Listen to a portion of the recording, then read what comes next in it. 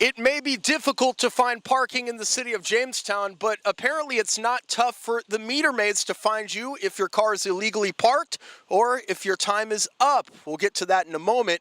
I spoke to various residents and some out-of-towners on a Wednesday afternoon. This man came from Ohio specifically to see the Lucy Comedy Center, and he said it's tough finding parking downtown. Well, we had to drive around the block several times to even find a parking spot. And we don't believe in parking in a parking garage when there's a lot of park spaces along the street. We're from Ohio, Columbus, Ohio, and we thought we'd come down to Lucille Ball's museum. This woman who was going to a restaurant parked a block up from that actual restaurant. She says about 25% of the time it's tough to find parking in Jamestown. And sometimes it's hard, but it's okay other than that. I've never parked illegally, but probably 25% of the time I have a hard time finding a spot. And this man says he is just fed up. He says the parking situation is tough. It's going to get tougher as winter comes.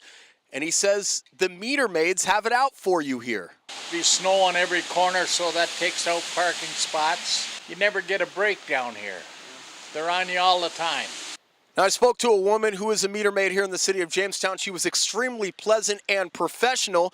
Now, we reached out to the treasurer's office to see just how much the city of Jamestown is generating in terms of the revenue from parking fines. Listen to this, $280,000 was generated from parking fines in 2016. In 2015, about $260,000. Now, you can find those numbers if you look hard enough, but it took me several hours to pin those numbers down.